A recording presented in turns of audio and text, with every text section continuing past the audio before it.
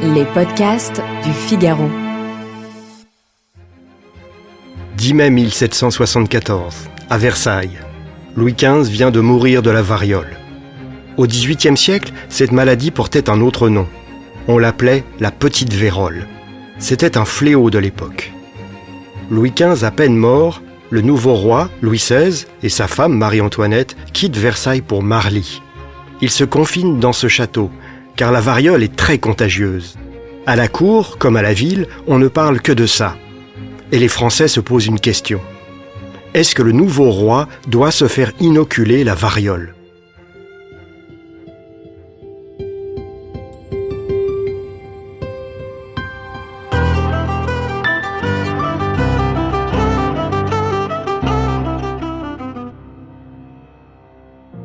Concrètement, cela consiste à administrer le virus de la variole sous une forme atténuée. Une réponse immunitaire se déclenche alors, et cette réponse immunitaire protège de la maladie.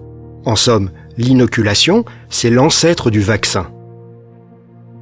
Les Chinois l'auraient découverte les premiers, bien des siècles plus tôt.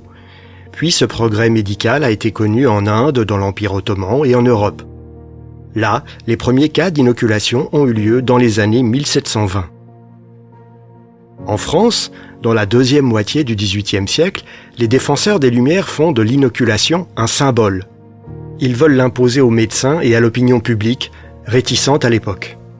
C'est pourquoi Beaumarchais, dans Le Barbier de Séville, en 1775, crée un personnage ridicule. Bartholo, un médecin aux idées étroites. Bartholo fulmine, pendant la pièce, contre la liberté de penser, l'électricité et bien entendu l'inoculation, ce symbole des idées nouvelles. Mais les adversaires de l'ancêtre du vaccin ne sont pas tous butés. Certains font observer que parfois des personnes meurent de l'inoculation elles-mêmes. Le fait est établi. Par contre, ce qui est débattu, c'est la fréquence de ces accidents. Le mathématicien suisse Daniel Bernoulli, par exemple, fait valoir que la probabilité de contracter la variole par inoculation est très faible. Quoi qu'il en soit, dans les années 1760-1770, de nombreux rois, à Londres, à Vienne, à Saint-Pétersbourg, se font inoculer avec succès.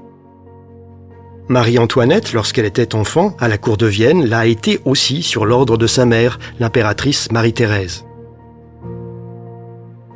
Ces exemples font réfléchir Louis XVI, grand amateur de science. Et dès juin 1774, un mois seulement après la mort de son grand-père Louis XV, le jeune roi de France prend sa décision. Il va se faire inoculer la variole avec ses deux frères, le comte de Provence et le comte d'Artois.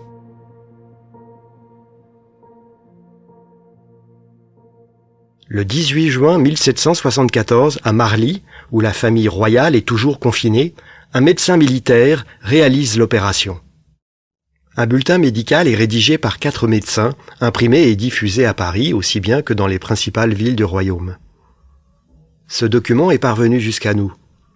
Il est orné des armes de France et imprimé en caractères élégants. Le bulletin médical informe les Français d'une grande nouvelle. Le jeune roi, alors très populaire, a bien supporté l'inoculation. Il va le mieux possible, ses frères aussi. En tout, 4 bulletins de santé sont diffusés en 6 jours.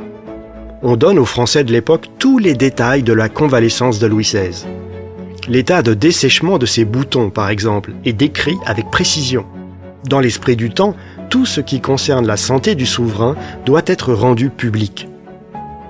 Bientôt, Louis XVI est rétabli. Chacun applaudit. De plus, beaucoup voudront suivre l'exemple du souverain et se faire inoculer comme lui. Bref, en France, l'ancêtre du vaccin, ce jour-là, a reçu un fameux coup de pouce.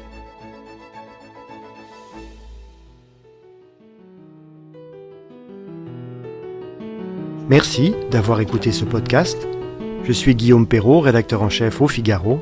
Vous pouvez retrouver ce podcast sur lefigaro.fr et sur toutes les plateformes d'écoute. À bientôt.